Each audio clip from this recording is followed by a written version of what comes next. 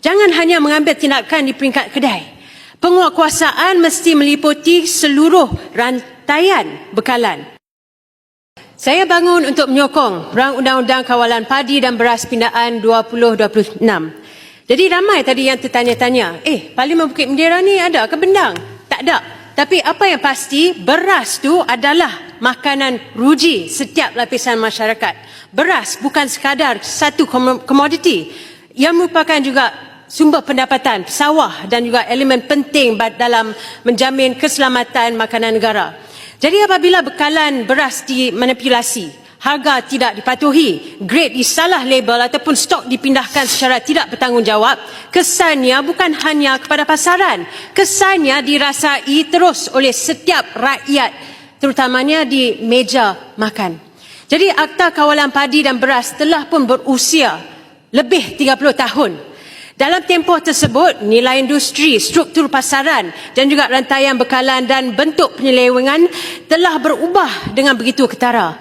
Jadi oleh itu, undang-undang juga perlu diperkukuhkan supaya seiring dengan realiti semasa. Saya menyokong tindakan kerajaan menaikkan denda bagi kesalahan di bawah akta ini. Tapi bagi individu, denda maksimum dinaikkan daripada RM15,000 kepada RM250,000, manakala bagi kesalahan berulang boleh mencecah RM500,000. Jadi bagi syarikat pula, denda boleh mencecah RM1 juta bagi kesalahan kali kedua dan seterusnya. Menteri sendiri pun telah jelaskan bahawa akta sedia ada tidak lagi cukup kuat untuk memberikan kesan pencegahan yang berkesan. Ketika ini, terdapat 28 kes yang masih dalam proses sebutan dan perbicaraan. Namun bagi beberapa kes yang telah diputuskan, denda yang dikenakan hanya berada antara RM2,000 hingga RM8,000. Jadi sebagai contoh, terdapat kes memiliki padi ataupun beras daripada sumber yang tidak sah yang dikenakan denda RM3,000 dan RM8,000.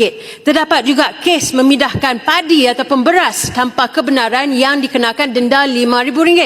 Jadi persoalannya, adakah jumlah seperti ini benar-benar mampu menggerunkan pihak yang mengaut keuntungan besar daripada pelanggaraan undang-undang? Jadi bagi peniaga kecil, RM5,000 itu mungkin satu jumlah yang besar. Tetapi bagi syarikat atau pihak yang terlibat dalam manipulasi bekalan secara terancang, denda tersebut mungkin hanya dianggap sebagai kos perniagaan.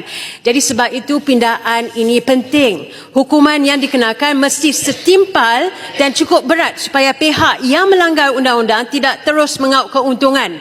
Jangan sampai keuntungan daripada menipu jauh lebih besar daripada denda yang perlu dibayar.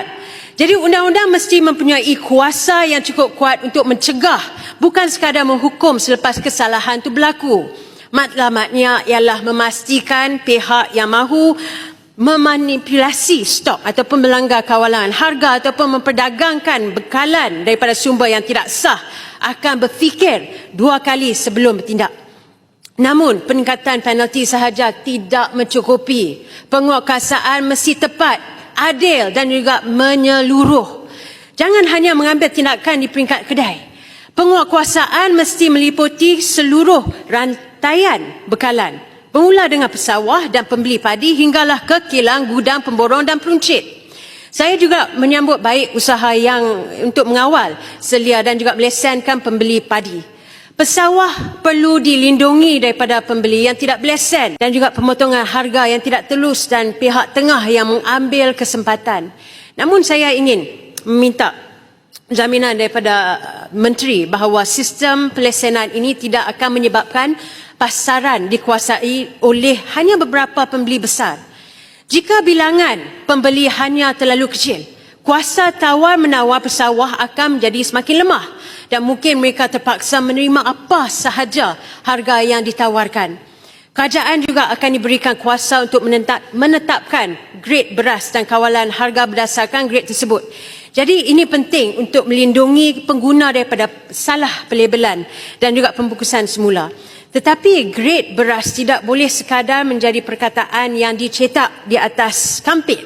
Ia mesti berdasarkan standard objektif, boleh diuji, boleh diaudit dan juga boleh difahami oleh para pengguna. Jadi saya mencadangkan supaya kerajaan mewujudkan sistem kebolehkesanan digital bagi penghantaraan berskala besar. Jadi setiap kelompok beras boleh juga ya dijejaki daripada kilang sehinggalah ke peruncit. Dan ini akan membantu pihak berkuasa mengenal pasti di mana berlakunya pencampuran, pertukaran grade, pemindahan yang mencurigakan ataupun salah label.